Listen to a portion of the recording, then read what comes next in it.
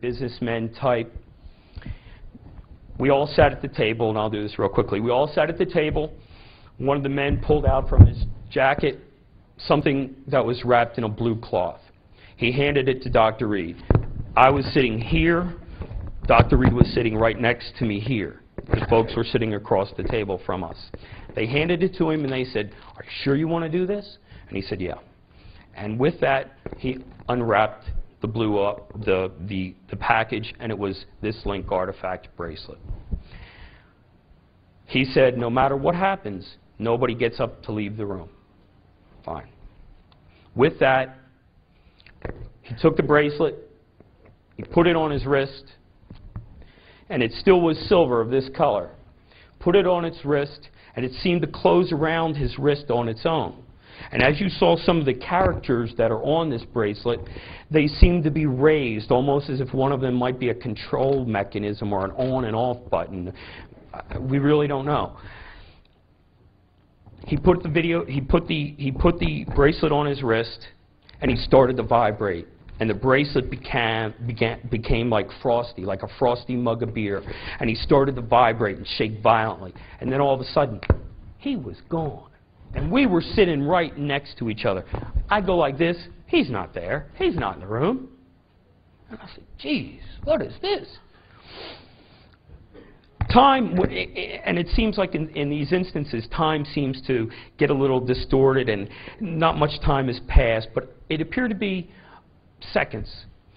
And with that, off in the corner of the room was this sort of light, little orb of light, kind of glowing gold, gold, gold, and it sort of floated across the room.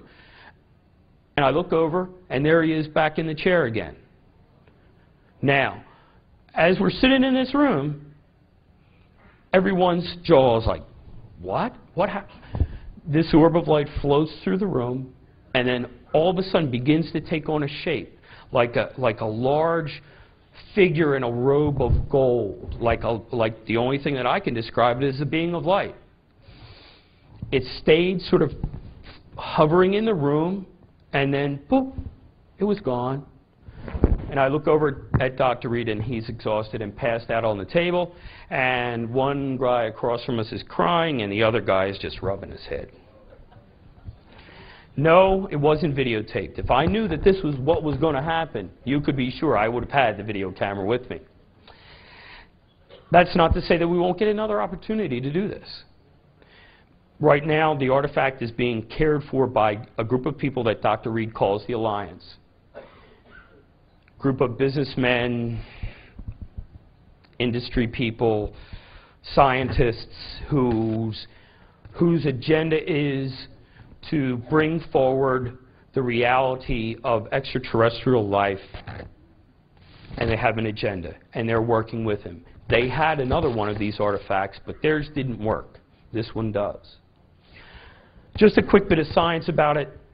A scientist affiliated with the NASA Institute at Ames examined it, determined that he can best describe it as emerging nanotechnology. That this was layered, that if you took a cross-section of the bracelet, you would have a layer of metal and a layer of what appeared to be these microtubules, some sort of nanotechnology, and then another layer of metal, and then another layer of the nanotechnology material. And he's produced a report that I have here on this and his conclusions.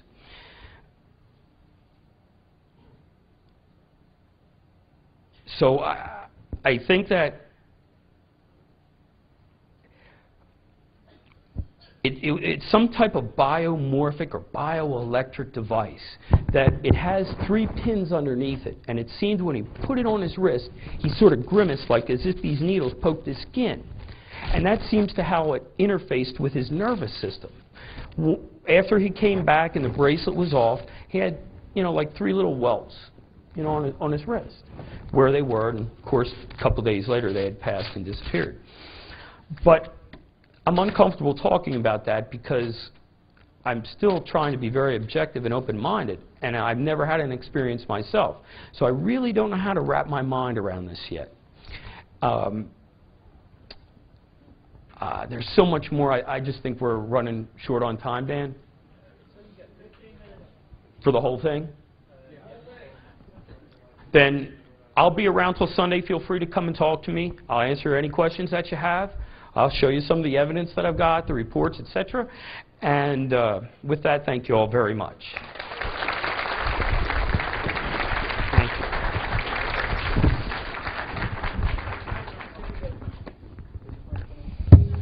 Okay, that's fine. You can keep that. I'm going to roll one more real quick video because I told people we would show this bullet wound video, and I want to do that. We've got enough time to do it, so let's go ahead and roll the video that I had queued up for you. There were some people that don't know this, but Dr. Reed was shot in Canada after he did his very first public presentation in San Diego. This is Dr. Reed. They're zooming up on his shoulder here where the entrance wound was. This was a 9mm caliber. Entrance wound was in the fleshy part of the trapezius. It, they believe, ricocheted slightly off the collarbone and fragmented into 3 pieces. And he's going to turn around here, and you're going to see the really kind of graphic bullet exit wound. And as most bullet wounds do, when they come in, they leave a hole like this. And when they come out the other side, much bigger. He still retains the scar of this still today. We have... Now this was taken a couple weeks, maybe within a couple weeks of him actually being shot. Now he's going to throw a ruler down so you can see. It's about 2 inches in diameter, and this was actually, he was in a parking lot leaving a store, and some man approached him in a jogging outfit. He had a gun holstered inside of his jogging jacket, and he took the gun and pressed it into Jonathan's chest.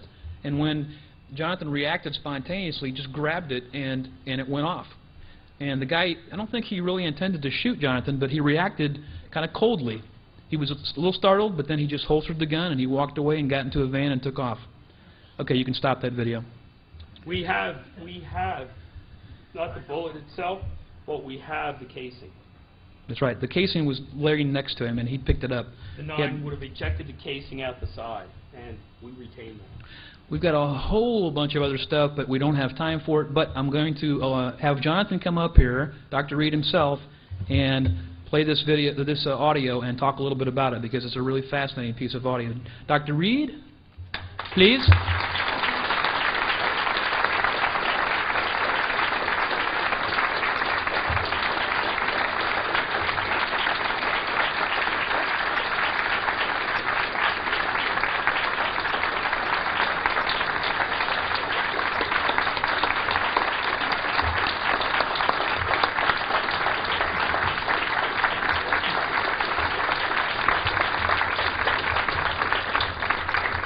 Thank you.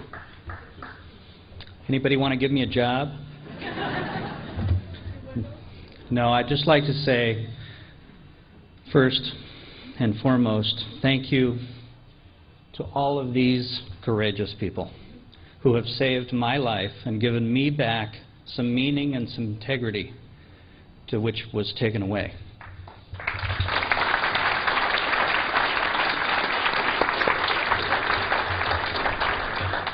And I'd also like to say and state there are many, many more of you who have helped me throughout all of this ordeal. Too many to name, and some who don't want to be named, as we've talked about. This is an ongoing problem that we have throughout the world. This phenomena exists. You know it does. And I definitely know it does. But there are those who want to keep this quiet, especially in this country. And since I've gone public with this, I've gone all around the world looking at people, talking to other people who have had interesting situations happen to them. And they all say one thing to me. They say, how come in the United States this is covered up? So I ask you that question, how come? Because when this first happened to me, I was not into science fiction. I didn't believe in any of this at all. But yet I couldn't deny what was happening to me. No matter how hard I tried to deny it, and I did, I could not deny it. And as I continued through this evolution of ideas, I began to see a new way of looking at things. I began to see that not always what we've been taught is the truth. Not always is the truth documentable. And not always can we rely on the people that